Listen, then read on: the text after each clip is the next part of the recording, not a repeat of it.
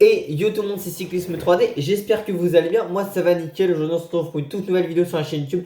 Et comme vous l'avez vu au titre à la miniature, aujourd'hui nous allons parler du parcours du Tour de France 2025. Mais avant que la vidéo commence plus en détail, n'oubliez pas de vous abonner, d'activer la cloche des notifications, liker, partager, commenter et de venir me rejoindre sur Insta et sur TikTok, c'est Cyclisme 3D. Au programme aujourd'hui, c'est le parcours du Tour de France 2025, je voulais faire la vidéo sur les rumeurs. Évidemment j'avais beaucoup de temps à le faire, c'est pas comme si on est en vacances scolaires, mais bon j'avais la flemme de la faire. Enfin, à chaque fois je repoussais et au final, je la tourne le lundi à minuit. Et en fait, bah, et j'ai commencé à la mettre en ligne et tout. On met une heure. Enfin, tu sais, ça dure une heure la mise en ligne parce que c'est assez lent. Les vidéos en face cam à chaque fois. Et au final, bah, je fais tout pour que le PC se mette pas en veille. Il se met en veille. Et en fait, bah, si elle se serait mise en ligne, elle se serait mise en ligne genre 20 minutes avant la présentation. Donc ça aurait eu, en théorie, pas d'importance. Même si c'était le même parcours que ce qui était annoncé. Donc parcours entre le 5 et le 27 juillet. Pas mal de choses, 7 étapes de montagne et 7 arrivées au sommet. On a plusieurs étapes de vallon première semaine de chrono. À peu près 40, aux alentours de 45 km de chrono. Ouais, 44 si on fait les 33 plus 11, mais ça fait à peu près 45, voilà. Pas mal de choses. Le Massif central, les Alpes, les Pyrénées. 112e édition. Est-ce que j'ai plus d'infos sur le site de l'équipe qui pourrait être un peu plus intéressante? Euh, j'ai pas le nombre de kilomètres total, mais je crois qu'on est dans les 3300. Le problème, c'est que ça fait que cette année, contrairement à l'an dernier, je crois qu'on la limitation, vous savez, c'est toujours 3500 km. L'an dernier, on devait être aux alentours de 3496. En tout cas, on était à moins de 10 km de la limite, ce qui faisait que ça a été très usant. Et là, c'est moins le cas. On a des étapes beaucoup plus courtes. Et ça va être assez intéressant. En plus, retour des étapes de plaine dès le début. Alors c'est que, comme dit la Mérique Production, je suis tout à fait d'accord avec lui sur plusieurs choses sur ce parcours. C'est que déjà, on n'a pas les ribines en Bretagne. De toute façon, dès qu'il y a eu le parcours en Bretagne, je me suis dit, bon, il y a deux étapes et à tous les coups, il y a forcément le mur de Bretagne. C'est pas comme si c'est la cinquième fois qu'on va en Bretagne depuis 2011 et c'est pas comme si ce sera la cinquième fois qu'on aura le mur de Bretagne. Beaucoup de transferts. On fait quand même Lille, Mont d'Or avec des. Alors c'est vrai que par contre, le fait d'inverser les étapes soit intelligent. Parce que la deuxième étape, c'est Leuvin-Planck qui est proche de Valenciennes, comme il dit, et Boulogne-sur-Mer. Boulogne-sur-Mer est proche de Dunkerque. Et l'étape 3, c'est Valenciennes-Dunkerque. C'est un peu plus logique, mais bon. Donc on va parler de ce parcours du Tour de France qui va être assez intéressant. Beaucoup d'étapes, certains disent, et à juste titre, que c'est peut-être trop difficile certaines étapes, et c'est le cas. Quand on peut voir par exemple, là on en reparlera juste après, mais c'est vrai que elle est, c'est l'une des plus grosses étapes, celle de Courchevel. On dirait qu'aussi dans ses arguments que AISO, dès qu'il découvre une nouvelle difficulté, la font tout le temps entre la planche des belles-filles, puis super planche des belles-filles. Le col d'Alos, même si c'est un autre version, c'est quand même la troisième fois depuis 2020. Ou même Mur de Bretagne qu'on fait régulièrement. Même si le granon n'ont pas trop réutilisé. Et on n'a pas eu tant de ça de. Et au final, Super Bannière, c'est à peu près une nouveauté. Et c'est vrai que sur le Giro, on l'a eu. Et je disais dans la vidéo que j'avais tournée avant, on a eu à plusieurs reprises sur le Giro des arrivées au sommet. Enfin, un chrono où on fait qu'un col. Le parcours 2011 ou 2014, je crois. Enfin, dans les pro cyclistes de Styros, on en a plusieurs qui sont comme ça. Peut-être que celui qui l'a gagné cette année, il y avait, j'ai un doute. Donc peut-être le parcours 2011, 2014, c'est sûr, parce que quand on a gagné le Giro, il y en a un. Et puis du coup 2023. Donc première étape entre Lille et Lille. Il y aura de quoi parler pour Franck Ferrand, parce que c'est quand même une étape, bon on passera à Lens. Bon, il y aura les Corons évidemment, le Louvre-Lens, le RC Lens, Lille, avec le LOSC aussi, la Grande Place. La métropole européenne aussi, qui est forcément qui est Lille, on peut en parler. La Grande Braderie, même dans le Nord, les Géants, le Maroilles, tout ça, il y aura de quoi parler niveau patrimoine. Le Mont Cassel, donc première étape 185 km. On a trois difficultés. La côte de Notre-Dame de Lorette, qui est quand même 1 km à 7,6% de pente moyenne. Et la côte de Cassel d'1 km 900 à 3,5% de pente moyenne. Il y a aussi Béthune qui est une ville assez connue, il me semble. En tout cas, je la connais, mais je sais plus pourquoi exactement. Et puis le Mont Noir, quand même, 1 km 300, 6,4% de pente moyenne. Ça pourrait permettre, et Armentières aussi, là on va passer. Ça pourrait permettre à certains coureurs d'aller chercher, de s'échapper et d'aller chercher pourquoi pas un maillot au niveau du classement de la montagne.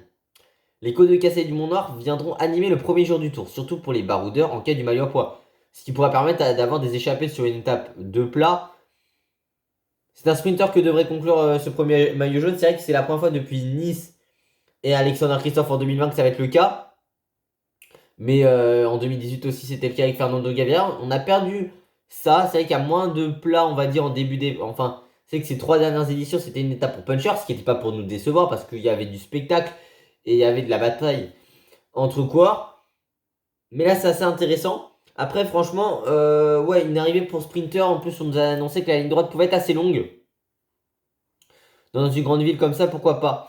Après, honnêtement, il y a aussi la deuxième étape, Lowin, jusqu'à...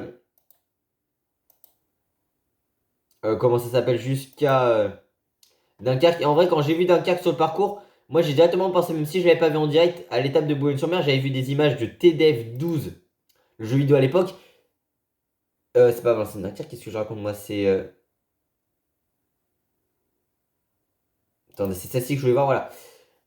Lowin Planck Boulogne-sur-Mer qui est assez intéressante parce que la victoire de Sagan, on savait que c'était en boss. Et on peut dire que c'est rien d'effrayant comme vient l'équipe, mais déjà proche des côtes, Côte d'Opale, tout ça. Enfin, Côte d'Opale non, mais le nord, le vent évidemment. Ça peut être assez intéressant. C'est quand même 212 km, donc la journée la plus longue, enfin l'étape la plus longue. 2500 mètres de dénivelé positif. Et belle bagarre entre puncher et sprinter, surtout que on a les collines de l'Artois et du Boulonnais. Mais surtout, on a plusieurs difficultés. Alors déjà, évidemment, si on regarde le profil, on a quand même la côte de Cavron-Saint-Martin, 5 km 100 à 5,9% de pente moyenne. La côte du Haut-Pichot, 1 km à 10% de moyenne. Et la côte de Saint-Étienne-du-Mont, 900 mètres à 11% de moyenne. Et puis la côte d'Outreau, 800 mètres à 8,8% de pente moyenne. C'est quand même assez un parcours évidemment assez difficile. Et je crois qu'on a le parcours qui existe. Il me semble qu'il y a le parcours... voilà. Boulogne-sur-Mer, c'est exactement ce que je voulais. Le final, déjà, dans les 9 derniers kilomètres, enfin un peu 9-10 derniers kilomètres, on a deux difficultés, sachant que Boulogne-sur-Mer, c'est une arrivée en faux plat montant. Donc voilà, 1 km 200, 3,8% de pente moyenne. Bon, à une époque, il y avait beaucoup circulé là-bas, mais c'est aussi un port assez important. Voilà, la côte d'Outreau. Pardon, c'est quoi le nom de la dernière difficulté si je me trompe pas? C'est la côte d'Outreau, ouais. C'est 800 mètres à 8,8 avec quand même des passages à 12%. Et puis même la côte de Saint-Étienne-du-Mont, c'est 15%, sachant que celle-ci, elle est bah forcément, elle a 11% de pente moyenne. Mais même, je dirais qu'à chaque fois sur le sommet, c'est très difficile. C'est des moments assez courts, très explosifs pour les sprinters. C'est pas sûr que, enfin pour les punchers, c'est pas sûr que tous les sprinters passent. Moi, sur cette étape-là, j'aimerais bien une victoire de Julien Philippe ou de Romain Grégoire, à qui je pense. Alors aussi, qui va être sur le Tour de France entre la Tudor, la Total et la Uno X, sachant que Uno X, comme j'ai dit, ils ont gagné l'étape sur le Dauphiné. Ils ont montré qu'ils étaient souvent à l'avant avec Jonas Abrahimsen. Mais d'un autre côté, première et seule course faite par SO auquel a participé Tudor cette année, c'est quand même une victoire d'étape avec Arvin de Klein sur Paris-Nice. C'est quand même du Trentin même dans l'équipe du Voisard. Mathis Rondel qui est un jeune français très prometteur. Alaphilippe, Hirschi qui vont rejoindre. Forcément, Julien Philippe, on le présente plutôt comme Marc Hirschi, mais en tant que porte-étendard du cyclisme français de ces dernières années. Vainqueur étape sur le Giro encore, donc ça montre qu'il est encore en forme. Et puis deuxième aussi de San Sébastien derrière Hirschi, mais aussi deuxième du Tour de République tchèque avec Hirschi. Derrière Hirschi qui a aussi remporté la Bretagne classique et des semi-classiques italiennes. Comme le trophée Alfredo Binda, je crois. Donc Hirschi est assez en forme, tout comme Julien. Dans cette formation, il y a quand même du beau monde chez Tudor qui pourrait mériter une invite. Et total, ils ont gagné une étape sur le Tour. Ça leur sauve peut-être. Est-ce que ASO va pas faire comme en 2021, inviter 3 équipes, donc pour un total de 23? Peut-être. Il l'avait fait en 2021, comme j'ai dit, mais je crois que la Volta l'avait peut-être fait en 2022 aussi. Parce que je rappelle que on a les 18 équipes World Tour, plus les deux premières du classement Continental Pro. Enfin, de deuxième division. Les deux équipes de deuxième division qui en 2024 ont marqué le plus de points. Donc l'Auto Destiny et Israël Premier Tech sont directement sur le tour pour l'année d'après. Alors peut-être un changement de maillot jaune, oui. Un Van Aert, est-ce que Van Der Poel sera là? Pogacar s'il voudra dynamiter. Même un Julien Lafilippe ou un Marc Hirschi. C'est vrai que ça peut faire penser, mais très très loin d'Épernay. Quand je dis que ça peut faire penser à Épernay, c'est final en montée. Avec une montée, avec une dernière difficulté répertoriée, pas très loin de l'arrivée. Enfin, elle n'était pas répertoriée la dernière montée à Épernay, mais ça a plongé directement sur une descente. Même si là, il y a quand même des portions en faux plat montant. Sur le sommet des deux dernières difficultés, donc ça bascule pas tout de suite. Surtout qu'en plus, la dernière difficulté, c'est un peu replat, en tout cas sur le profil, c'est portion verte, puis après ça descend et reportion verte. Donc ça descend absolument pas tout de suite. Donc ça, faudra s'en méfier. Troisième étape, Valenciennes-Dunkerque. Valenciennes, bon, c'est l'usine Toyota, c'est le Valenciennois, bon, le club de foot. Mais voilà. Aussi, qu'est-ce qu'on pouvait dire d'autres 2 secondes. Forcément, ça va être assez intéressant. Cette étape, et de manière générale, ce Tour de France, déjà dès le début. Dans le Nord, on aura pas mal de choses. Bon, Dunkerque, évidemment, c'est le carnaval, le port, c'est les 4 jours de Dunkerque. Et aussi, c'est le fait que la retraite des Anglais. Mais d'ailleurs, comme Lille, en 1940, où il y avait les batailles où la France avait assez bien résisté, où c'était même, oui, je sais pas comment on peut expliquer ça, mais c'était une œuvre de résistance de l'armée française à ce moment-là. Quasiment tout, enfin, même les Britanniques avaient peu aidé en soi, mais vous avez capté. Surtout que c'est 400 000 Britanniques qui sont évacués de Dunkerque, et je crois c'est 125 000 Français, enfin, si j'ai pas trop de conneries, mais bref. Il y aura une montée. Côte de Cassel, encore 2 km 300, 3,8% de moyenne. Ça rappellera des souvenirs à Valentin Madouas, étant donné que Madouas a gagné le championnat de France à Cassel. Orchy sera là tout comme. Orchy, pardon, on va y passer. Pas de pavé. Si on n'était pas loin, alors c'est vrai qu'en 2014, contrairement à la mec production, ce qu'il a dit, c'est l'étape 5 quand on fait les pavés à ce moment-là. Mais c'est 3 ou 4 en 2010, quand il y a la victoire. Quand c'est peut-être Toroshov qui gagne, mais en tout cas, quand il y a Schleck qui perd peu de temps, mais Contador quand perd parce qu'il a un problème mécanique, je crois. Double ou triple fracture de la clavicule, je crois, pour Frank Schleck. Et Sylvain Chavanel qui perd le jaune ce jour-là, quand Chirac qui le récupère. Et Cadel Evans qui était avec Andy Schleck bien passé à ce moment-là. Il faudra voir. En tout cas, même on va passer à Isberg aussi, donc et du coup aussi dans le Nord, c'est le Grand Prix de Nantes, donc c'est quand même assez intéressant pour le cyclisme. Évidemment, enfin, c'est des épreuves importantes pour le cyclisme à ce moment-là. On n'a pas le profil de l'étape de Amiens-Rouen. Ah si, on a le profil d'Amiens-Rouen, pardon, qui sera très difficile. Là, profil rien d'effrayant, ce sera pour les sprinteurs en cas d'absence. Une nouvelle occasion sera donnée aux sprinteurs de briller, étant donné qu'on peut avoir du vent. Ça peut avoir son importance. Amiens Métropole, Rouen, quatrième étape qui va être assez intéressante et assez difficile en soi. Notamment vu que cette quatrième étape, déjà, on sera déjà en Normandie. Le retour de la Normandie sur le Tour de France, 9 ans après le grand départ de 2016. À Rouen, la préfecture de la Seine-Maritime. On aura évidemment forcément 900. Donc on a plusieurs difficultés. La côte de Bon Secours, 900 mètres à 7,2% de moyenne. Où figure la stèle Jean Robic, le premier vainqueur du Tour d'après Seconde Guerre mondiale, le Breton. En tout cas originaire de Bretagne, Jean Robic.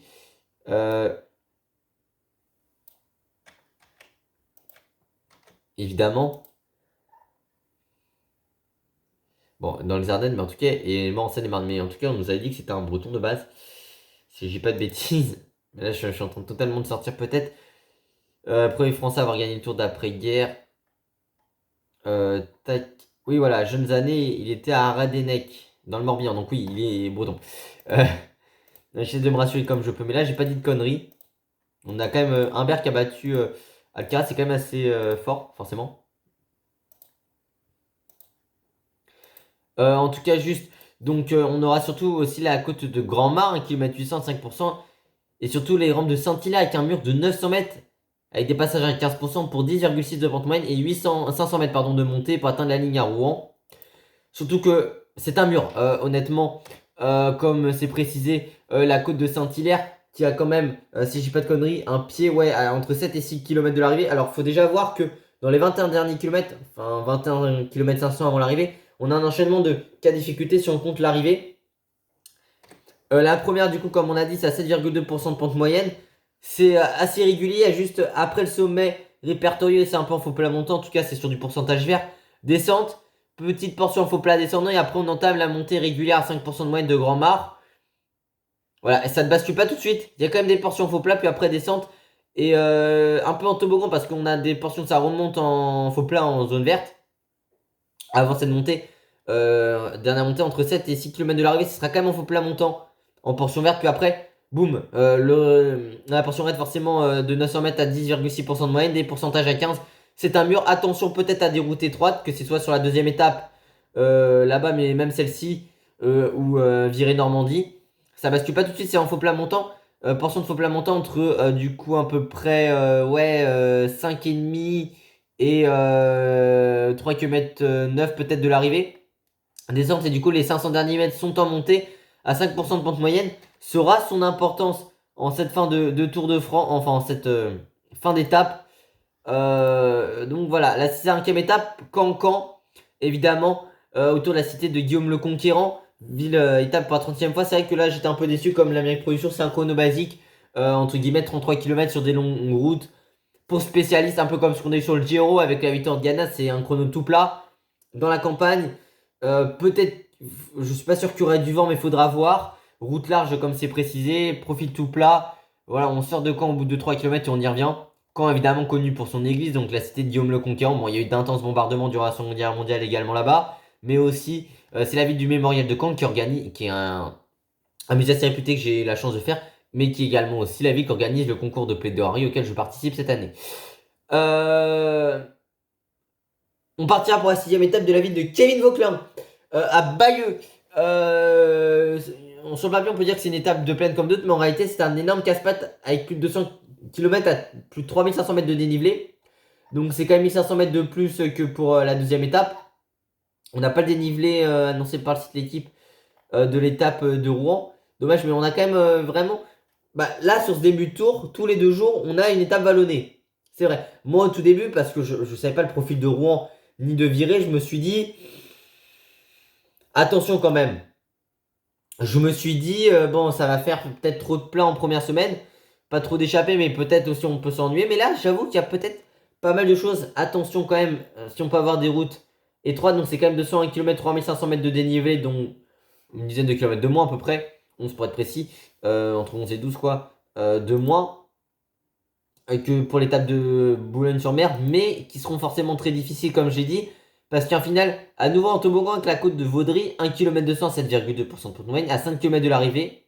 Puis le mur final vers Viré, 700 mètres à 10,2, dont une rampe à 14%.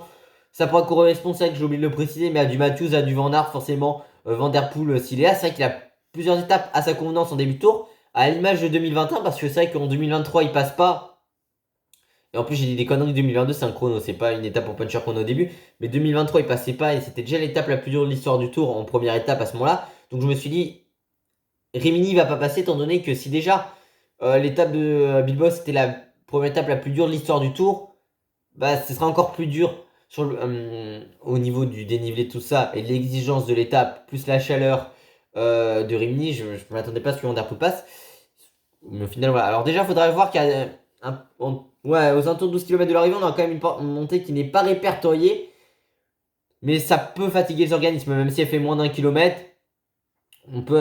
Ça peut avoir son importance. Ça reste assez court. Mais en tout cas, c'est surtout cette difficulté de 1 km 207 de moyenne. Ça monte très raide au pied avec un passage à 11%, puis une rampe à 10 en rouge, hein, puis c'est du bleu sur le sommet. Donc ça monte raide très rapidement, et puis après, c'est un peu moins difficile sur le sommet. Ça descend cette fois-ci assez rapidement, où on aura quand même cette dernière montée de 700 mètres à 10,2. Donc c'est vrai que ça peut faire penser à l'image de l'étape de Cherbourg, par exemple de 2016, où on avait un final en montée dans le dernier kilomètre, où du coup, comme j'ai dit, à Épernay, où ça remonte assez raide dans la fin. Pour ces étapes pour Puncha, ça peut correspondre à Julien aussi, ou à Romain Grégoire, ou même côté français, pourquoi pas, Ziegler, même Christophe Laporte. Par contre, la 7ème étape, c'est le grand classique en Bretagne, Saint-Malé, qu'est-ce que tu racontes, Saint-Malo, mur de Bretagne, 2 km à 6,9 de moyenne avec des pourcentages à 15.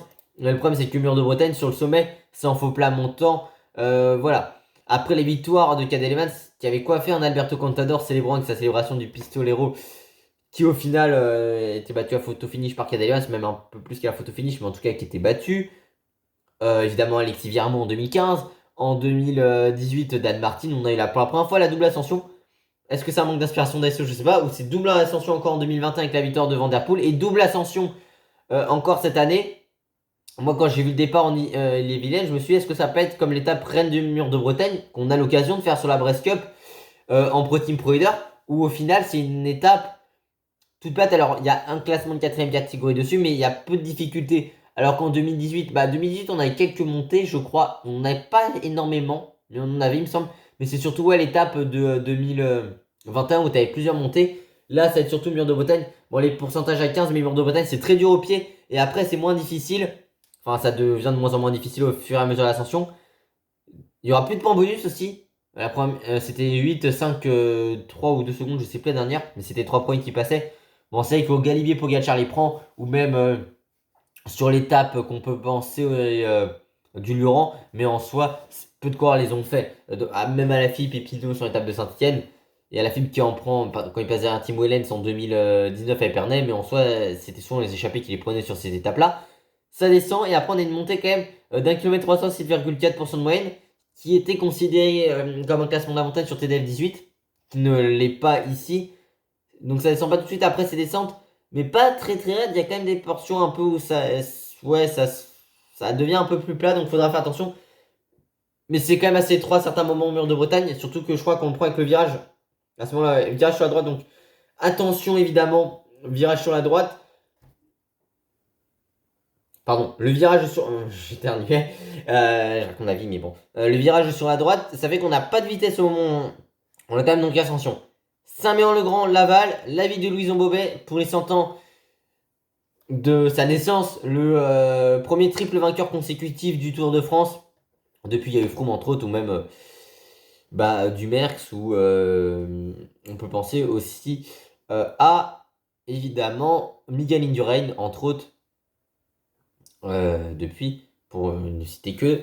L'arrivée en Mayenne annonce un nouveau sprint à Laval. Alors c'est vrai qu'il y avait une portion montante dans le chrono de changer Laval de 2021 remporté par Tadej Pogacar, mais là ça va vraiment être une étape pour un sprinter. Tom Steele s'était imposé en 99. C'était un contre-la-montre dans la préfecture de la Mayenne accueilli par un succès qui l'avait accueilli par un succès de Pogacar. En tout cas, il y a une petite portion montante sur TDF. C'était Espace Mayenne hein, l'arrivée en 2021, c'est peut-être le cas encore ici. Chinon, Châteauroux, donc le château de Chinon, on va peut-être passer à côté des châteaux de la Loire.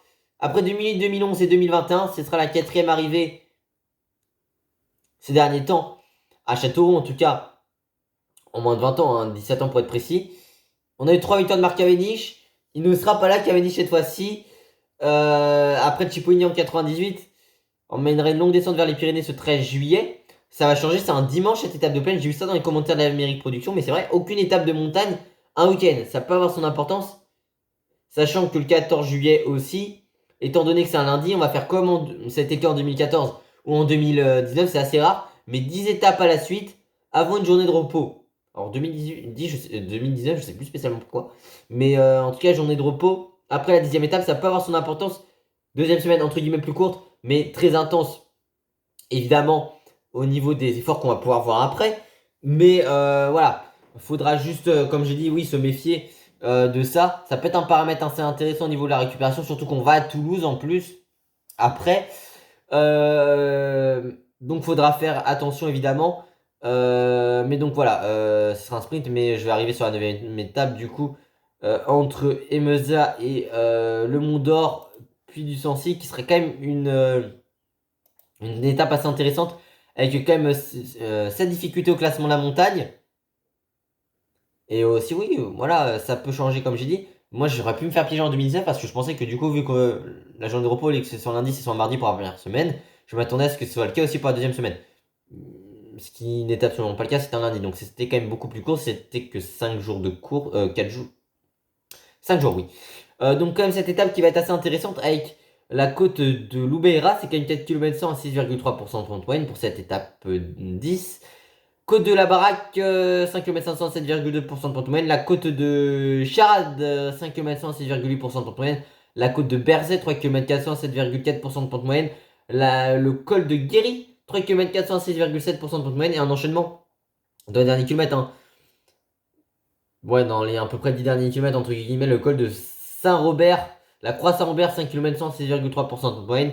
Et le Mont d'Or, puis du Sancy, 3 km 300 à 8% de moyenne. C'est assez court, entre guillemets, parce que c'est dans les 3 km, mais l'étape aurait été assez casse-pattes. Il n'y a quasiment pas un mètre de plat. Évidemment, ça fait penser à l'étape du Laurent, ou même à Saint-Etienne en 2019. Je fais beaucoup référence au Tour 2019. Mais ça fait que de monter ou de descendre la plupart du temps. Vraiment quasiment pas de portion de plat. Ça va être assez éreintant. même si elle est plus courte, beaucoup non, mais plus courte que l'étape de 2022 au Luran, ou même 2016, hein, Limoges au Luran, ça reste quand même une étape, vraiment déjà première arrivée au sommet, en tout cas où les favoris du général vont pouvoir s'exprimer, c'est quand même 4400 mètres de dénivelé positif, ça sera quand même assez intéressant à vérifier. On aura quand même la 11e étape entre Toulouse et Toulouse après une journée de repos. Si le parcours tracé dans la région toulousaine devrait sacrer un homme rapide, il faudra tout de même qu'il soit capable de passer les bosses. À 8 km de l'arrivée, le peloton devra en effet escalader la côte de Pêche David et ses passages à 20%, même si un sprint semble difficile à éviter. Pas sûr que toutes les grosses cuisses soient ensemble sur la ligne droite finale. Peut-être pour Fabio Jacobsen, ça je sais pas. Est-ce qu'il arrivera surtout avec beaucoup de difficultés? Faudra voir. Étant donné qu'on sait qu'il a du mal à passer des difficultés. C'est vrai que sur le Giro, on avait plusieurs étapes, comme a dit Amérique Production cette année, où il y avait des difficultés dans le final. On peut penser notamment à la Philippe qui avait attaqué, avec même Coscu aussi sur l'étape de Naples. L'étape où Pogacar attaque, genre l'étape 3 et Guerin Thomas. Aussi, bon, celle qui ressemblait un peu à San Remo, mais même la victoire de Julien Philippe, c'était une journée pour baroudeur avec pas mal de difficultés. Pas pour sprinter, mais plutôt pour baroudeur. Bah là, en soi, c'est quand même 8 km d'arrivée. C'est moins d'un kilomètre, mais avec des passages à 20%, c'est plus entre 8 et 10, peut-être plus de 10% de moyenne, je crois. Est-ce que c'est pas le même final qu'en 2019 avec la victoire d'Evoine? Je pense pas. On sait que sur TDF, quand on joue étape de Toulouse, non, c'était Albi, je crois. Non, pardon, je crois que je me trompe.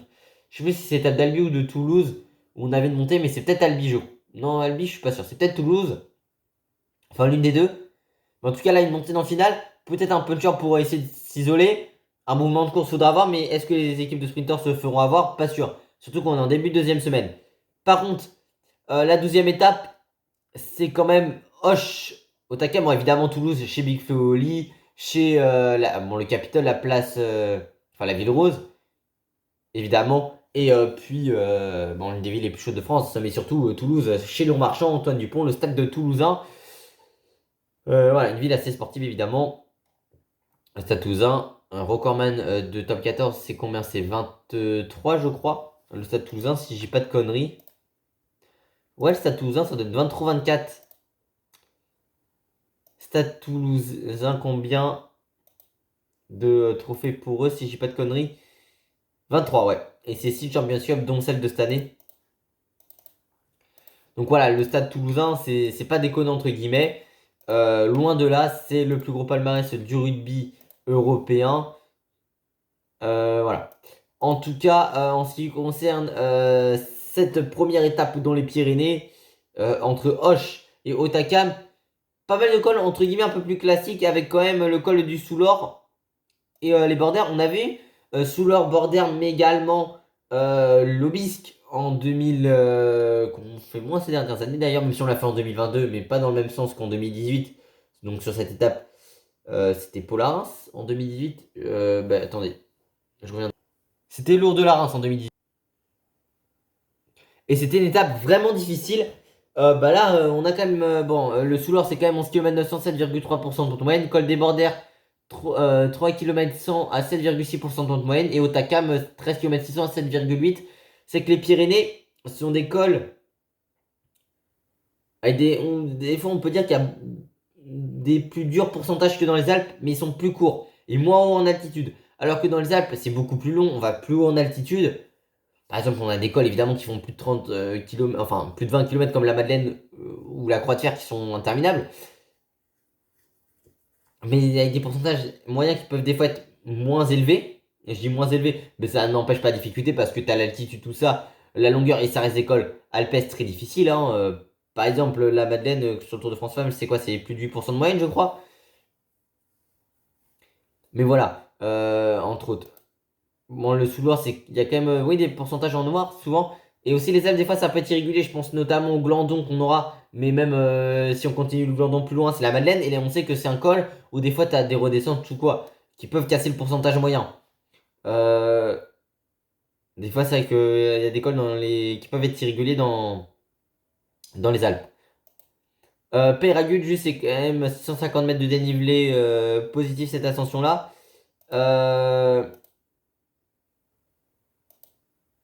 Bon, non, non, pardon, ça c'est l'étape d'après. Otakam, oui, 7,8% de pente moyenne. Bah, c'est assez régulier, juste 1 km à 5,8. Sinon, minimum, bon, on a du 6, moi je vais vous faire les pourcentages par kilomètre, mais 6,2, 8,6, 6,7, 6,8, 6,3, 5,8, 8,2, et après ça devient très dur. Sur un passage de 2 km à 10,3, 11,3, on revient à 6,8, puis 10,4, 7,2, 6,5, 7,9. C'est-à-dire qu'on a quand même 3 km en pourcentage noir, donc au-dessus de 9% de moyenne. Au-dessus de 6,9, au-dessus de 5,9, pardon, c'est en rouge d'habitude. Et après, c'est en bleu en dessous de 5,9. Et c'est aux alentours de 3,4 qu'on passe en bleu, sinon en dessous, c'est en vert. Et quand c'est plat, c'est en blanc, je crois. Et on descend aussi, du coup. Mais oui, on a un kilomètre, entre guillemets, qui est que en bleu, si on sait que en rouge ou que en noir. Avec quand même 3 km du coup en noir. À plus de 10%, hein, quand même, j'ai dit 10,3, 11,3, 10,4% de moyenne. C'est dans la seconde partie d'ascension que c'est le plus dur. En vrai, à partir du kilomètre 7, on repasse pas en dessous des. Bah, il y a un. Bon, c'est. On a un enchaînement de combien de 3 km à plus de 8,2, 1, 6,8. Puis après, on repart sur du 10,4, 7,2, 6,5 et 7,9. Donc, c'est vraiment bah, un enchaînement qui est terrible cette ascension. De manière générale.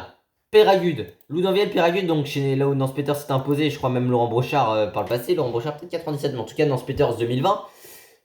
Loudanviel, donc jusqu'à Peyragude, on prendra Peyre-Saône. Alors, il y a deux pointages intermédiaires à Estarvel au bout de 3 km 500 de course et au bout du km 500 à la Sapinière avant l'arrivée à l'altiport de Peyragude où on a eu des James Bond qui ont eu lieu.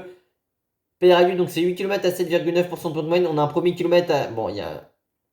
Déjà, le chrono passe en faux plat montant à 6,5. Vous savez, sur 2,5, pardon. Vous savez, sur TDS, ça monte un peu. Puis après, ça redescend et ça regrimpe pour faire Peyre-Sourde de ce côté-là. Enfin, non, c'est que tu as une petite remontée. Puis après, ça redescend sur deux lacets. Après, voilà, ça grimpe direct. Notamment, on avait ça sur l'étape du plateau de Baïs, c'est-à-dire sur TDF qu'on avait vu. Mais en tout cas, c'est vraiment très difficile. Donc 1,5, 4,5. Mais c'est surtout, voilà, à partir du premier pointage intermédiaire où on va dire, entre guillemets, c'est vraiment le pied de l'ascension, même si ça grimpe à 4,5 sur le kilomètre précédent. Mais après, c'est de 8,1. Alors, dernier kilomètre, forcément à 13%. Et 1 à 9. 16% quand même le pourcentage maximum à l'Altiport, qui sera la troisième arrivée à l'Altiport après Romain Bardet et après Pogacar, Bardet en 2017 et Pogacar en 2022. Et même Peyragude avait accueilli la victoire de Valverde dans la station en 2012. Le Tour n'avait pas connu ça depuis 2016. Bon, Salange, Meuget, victoire de Froome. Alors, 2023 aussi, c'était quand même en montagne avec la côte de Domancy, théoriquement, qui était aussi au programme en 2016 pour Passy-Combloux, mais surtout, ouais, 2004, Bourdoisan-Alpes d'Huez. Bon, du coup, disqualifié forcément, vu que c'était une victoire d'Armstrong. Mais il y avait aussi le chrono du Ventoux. Ça, en tout cas, ils remettront ça au goût du jour avec l'ascension de Peyragude depuis Loudanviel, 8 km à 7,9. Donc forcément, ça va être très difficile. Oui, donc ils prennent le pied, oui, à 3 km de la vie. Enfin, au bout de 3 km. Qui s'annonce redoutable après 2 jours déjà corsés. Un quatrième tout autant. Une journée décisive pour la victoire finale, évidemment. En tout cas, la quête de la victoire finale, parce que la dernière étape va être très difficile. On a plus de 4500 mètres de dénivelé positif. Hein, la dernière étape de... Pardon, même dernière étape de ces Pyrénées. C'est 4950 mètres de dénivelé. C'est presque 5000 mètres de dénivelé. 4 ascensions, mais terrifiantes. Ces dernières étapes. Avec le Tourmalet, évidemment. 19 km à 7,4% de tour de moyenne. C'est le versant par Lucien Sauveur, donc Barège. Mais pas le versant Sainte-Marie de Campo où on va jusqu'à la Mongie. L'autre versant a 7,3% de tour de moyenne, je crois. Et du coup, celui-là, 7,4, c'est 0,1%. Plus dur, en tout cas, en pourcentage moyen, entre guillemets, sur deux ascensions. C'est le versant que j'ai fait. Donc, c'est très difficile. Puis un enchaînement vraiment classique avec l'Aspin qui est par son versant 5 km à 7,6 et paye ressources 7,1 à 7,8 qu'on va refaire dès le lendemain en fait dans le même versant. C'est un enchaînement qu'on pouvait avoir sur certaines étapes de montagne à Bagnères-du-Champ, notamment la victoire de Thomas Vauquelin en 2012. Et Tourmalet aussi et Peyresourde dans la victoire de Froome en 2016. C'est juste qu'il y avait eu Val-Louron et la Orchid dans saison en plus sur cette traversée des Pyrénées là. Et là, la découverte, en tout cas pour ma génération, de Luchon Super Bannière. 12 km 400 à 7,5% de moyenne. Je dis ça parce que bah moi je ne l'ai pas connu, Luchon Super Bannière, étant donné que la dernière étape c'était en 89. Victoire de Millard, l'année Fignon Lemon, les 8 secondes, tout ça, voilà. 12 km 400 à 7,5% de moyenne, comme j'ai dit. Il y a un pourcentage à 1 km à 10,2 et à 10. Il y a 2 km à, ouais, 1 km à 7, à 5,7 et un à 5,9. Donc on a 2 km en bleu, mais sinon c'est assez régulier. Et après le kilomètre à 5,9, on descend pas en dessous ouais, des 6,3. Bon, il y en a 2 à 6,8, mais comme des kilomètres à 8,5, 10, 8,1, même du coup 8,1 dès le pied aussi, et 1 km à 7. Donc en vrai, c'est une montée très régulière. Alors, je crois que selon Amérique Production, ils ont dû refaire un pont pour pouvoir y accéder. En tout cas, ça fait du bien d'avoir un peu de nouveauté comme le granon qu'ils ont ressuscité. Muret-Carcassonne, bon, 2400 mètres de dénivelé sur 69 km. Le vent peut s'en mêler dans ce côté-là. Bah, il y avait l'étape Carcassonne-Montpellier de 2016 avec les bordures, vous savez, Bodnar, Froome, Sagan qui s'isolent. Avec la victoire de Sagan parce que Froome a essayé de contester la victoire alors qu'il voulait l'offrir à Bodnar, Sagan. On avait même un Canadair qu'on a vu sur cette étape-là, qui était un très joué vu que c'était Montpellier-Mont Ventoux, on en reparlera après. Mais voilà, cette étape, oui, bon, c'est Benjamin Thomas quand il se fait récupérer. Bon, il y avait Philipsen et Cavendish qui se sont imposés par le passé. On retourne beaucoup à Carcassonne ces dernières années, 2016, 2018, aussi avec la victoire de Magnus Cort Nielsen, 2021 et du coup 2022, comme j'ai dit, pour sortir des Pyrénées. Le dimanche, c'est que une étape de plaine le dimanche. Alors, c'est que en théorie, la victoire de Benjamin Thomas, ça pouvait être considéré comme ça, mais il y avait une montée dans le final. Comme en 2018, au final, il y avait une montée dans le final. Même si elle a pas une attaque de Dan Martin, elle n'a pas fait grand chose, entre guillemets, cette montée. À côté de chez Laurent Javert, vu que c'était le pied était à Mazamet. Mazamet qui est aussi la ville de Thomas Ramos euh, au rugby. Par contre, le Mont Ventoux, après sa double ascension de 2021, Victor de Van Aert en échappé. Et 9 ans après le Chalet Reynard, le Ventoux sera de retour. On connaît le Mont Ventoux, Montpellier-Mont Ventoux, c'est la même étape en théorie sur les deux îles qu'en 2016. Alors, est-ce qu'on aura cette fois-ci? Vous savez qu'en 2016, je crois, il y a une montée de deuxième catégorie qui était mise sur le parcours. Là où il y avait une chute d'un des coureurs de Orica, je crois, à l'époque. En tout cas, il y avait une montée avant, mais souvent, c'est assez plat le parcours du Ventoux. Peut-être 2-3 difficultés. Je l'avais dit aussi dans la vidéo qui n'est pas sortie, mais c'était le cas aussi en 2013. Je crois qu'on a eu 3 difficultés, je crois, de troisième ou quatrième catégorie sur l'étape qu'on a joué beaucoup de fois sur TDF. Bah là, on retrouve le Ventoux. C'est très dur, forcément. 11 km, 15 km 500, pardon, à 8,8% de moyenne.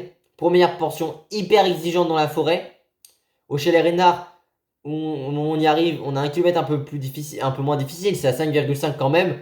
Puis après, ça est très difficile, forcément, le paysage lunaire, voilà, où il fait souvent très très chaud, c'est très exposé à la chaleur.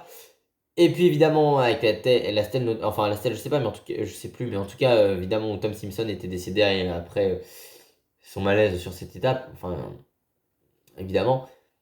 Mais ce Mont Ventoux, qu'on va retrouver, qui va être très difficile. Arrive au sommet, la dernière arrive au sommet, théoriquement, c'était la victoire de Froome en 2013.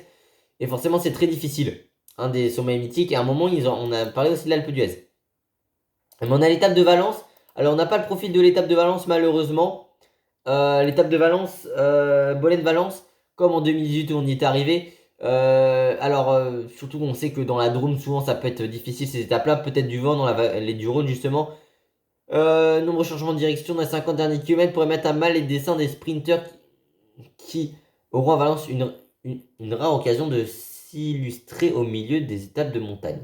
Par contre, l'étape reine de ce tour, très clairement, c'est Vif à côté de Grenoble.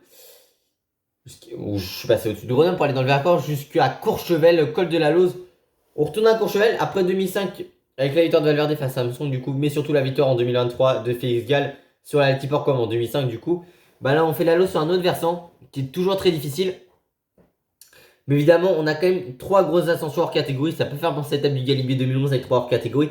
Le col du Glandon que je parlais tout à l'heure, 21 km 700, 5,1% de moyenne. Et c'est un exemple de ce qu'on peut dire des cols alpestre, comme j'explique, parce que c'est très difficile, ouais, du 7,5, 6, 8, 10, 9% de moyenne. Mais après, il y a un 10% de tâche un peu en plat, puis en descente. Il y avait ça aussi à Val Thorens, à Saint-Martin-de-Belleville, je crois, aussi. Sur le Dauphiné 2020, Saint-Martin-de-Belleville, avec la victoire de Formolo et la victoire où j'ai commenté le résumé de français de l'époque, où je faisais un peu ma pub, je crois, à une sombre époque, de faire la pub à ce moment-là.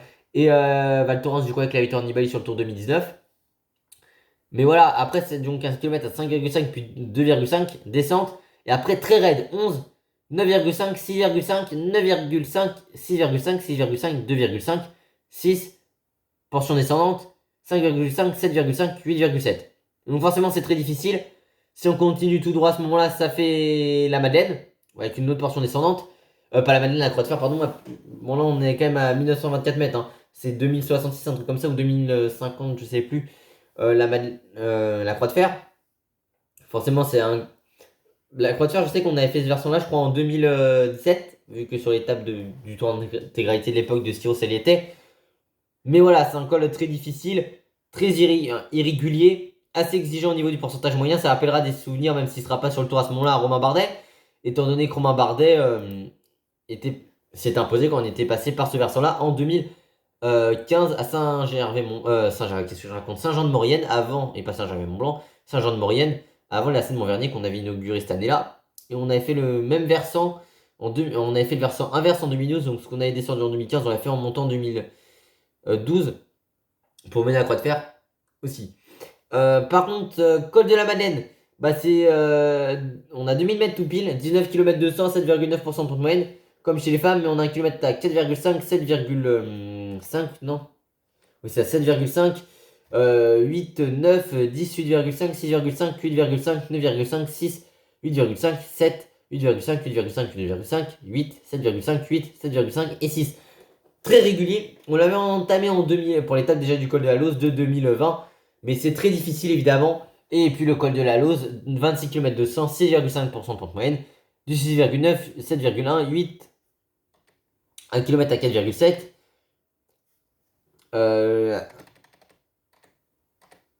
1 à 5,8, 8,4 du coup. 6,8, 6,8, 7, 8,7, 7,1 je crois. 8,2, 8, 9,1. Celui-là c'est quoi? C'est du 3, non? Ouais, 3,8. 6,2, 4,5, 5,5, 6,6. Et du coup, 5,8, 11. Et après, on a du 6,5, 7,9, 6,9, 5,6, 8 et 8,4. Mais en fait, c'est très irrégulier. On a des ruptures de pente. On passe d'un kilomètre enfin de 2 km à 5,6 et 5,8, puis 11% de moyenne. Petite portion descendante, entre guillemets, légère quand même. Boum, on va dire 1 km à 6,5, mais tu te reprends une rupture de pente. Tu as quand même 3 km avec des pourcentages en noir à 9,1, 11 et 9,6. Souvenir Henri Desgranges, donc sommet le plus haut. Le souvenir Jacques Godet, c'est le Tour Malais. Mais là, 26 km 200 à 6,5% de moyenne, c'est l'étape reine. Mais on peut se dire, ça peut être fini. Mais non, le lendemain, c'est encore plus difficile. 4 km, enfin encore plus difficile. En tout cas, l'enchaînement va être difficile. C'est beaucoup plus court. Parce qu'on passe d'une étape qui, l'étape de Vif, un Courchevel Col de la Lose, c'est 171 km. Là, on passe à une étape à 130. Mais une étape de 130 entre Albertville, étape des JO, et la Plagne. Courchevel, il y a eu les championnats du monde de ski alpin là-bas en 2023. Est-ce que la Plagne sera au JO d'hiver? Je sais pas, honnêtement, parce que je sais que Briançon, tout ce qui est aux alentours de Briançon, ça va être pour tout ce qui est sport acrobatique. Tout ce qui va être autour de. En Savoie et en Haute-Savoie, il y aura le ski alpin, tout ça. Je sais plus pour quel pôle, mais je sais qu'à Nice, il y aura aussi tout ce qui est patinage de vitesse, curling, patinage artistique et du coup tout ce qui est hockey sur glace. Mais par contre, là, ça va être quand même très difficile pour revenir au Tour de France. Albertville, donc les Jeux de 92, jusqu'à la Plagne. Côte d'Héry sur Ugine, 11 km 300, 5,1. Col des Saisies, 13 km 700, 6,4. On l'entamait à pas mal de reprises. Et puis un enchaînement qu'on avait fait aussi en 2018 et en 2021. Je crois qu'on avait peut-être fait les saisies aussi lors d'un 8 heures de Kona en 2021.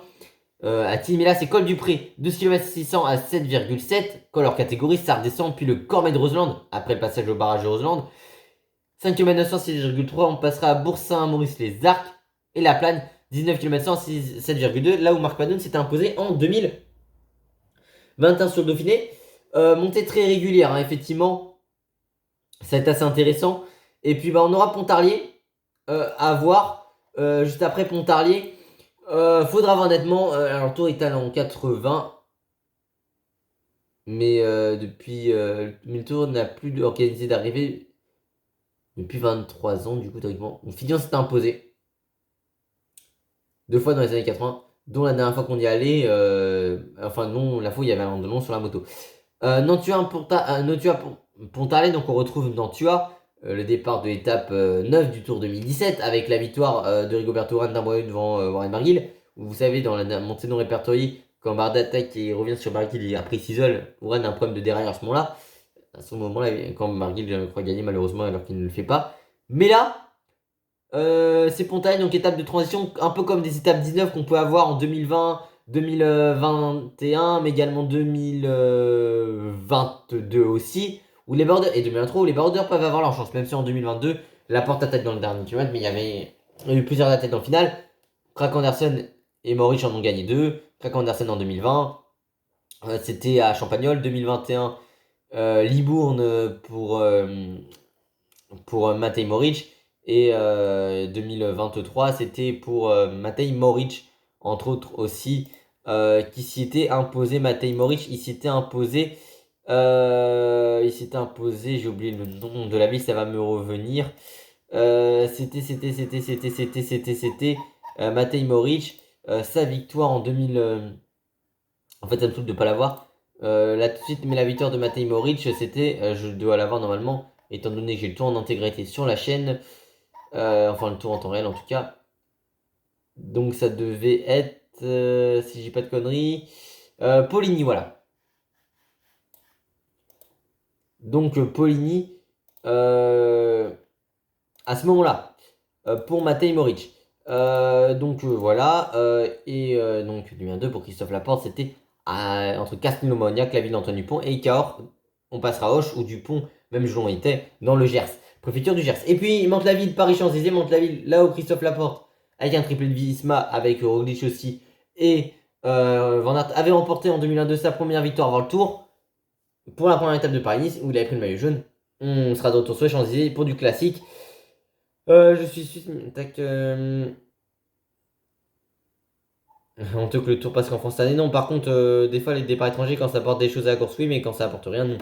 Mais en tout cas, c'est vrai que Copenhague pour le public, tout ça, parce que c'est un des pays les plus à vélo du monde. Et, bon, un chrono, ok. Mais bon, le pont, voilà, le pont où il n'y a pas eu de vent, voilà. Mais en tout cas, c'était vrai. Le parcours est assez intéressant. Le chrono, c'est bien. La plaine, on ne voit pas tout le temps. Bon, en fait, il n'y a pas d'arrivée en descente. Donc déjà, c'est vrai que des fois on peut dire c'est moins spectaculaire les arrivées en descente parce qu'il n'y a pas spécialement trop d'attaques. Mais là, par exemple, le Galibier, Remco perd un peu de temps sur Pogacar là-dedans, tout ça. Il perd quelques longueurs en descente. Ça peut avoir son importance si les arrivées en descente, ce qu'on n'aura pas cette année. Ou même quand Pogacar ne suit pas la roue avec Vingord de Carlos Rodriguez pour Morzine en 2000 après le col. Donc c'était Valoir pour Pogacar cette année. Et c'était le col de Jouplane. Bah forcément ça va être assez intéressant. Enfin c'est avec la victoire de Rodriguez. Donc ça va être assez intéressant de voir s'il y a que des arrivées au sommet. Parce que peut-être qu'il y a sauvé le plus de spectacles. Pas mal de boss dans le dernier kilomètre et quelques arrivées pour Puncher. Moins pour les baroudeurs. Forcément des longs transferts. Pas les ribines ni les pavés, ça c'est assez dommage. Est-ce que oui, c'est beaucoup de villes qu'on a eu l'habitude de voir. Mais il y a des choses qui sont assez intéressantes. Faudra voir. Honnêtement, moi, oui, comme je dis, franchement, il y a pas mal des. Enfin, il y a des étapes vraiment assez intéressantes. Les Pyrénées vont être assez costauds. C'est que sur l'Amérique Production, même Pascal. Qu'est-ce que je raconte Oui, Vincent Moscato a été déçu, notamment du 23 qui est les Pyrénées, c'est sur 2 jours condensés.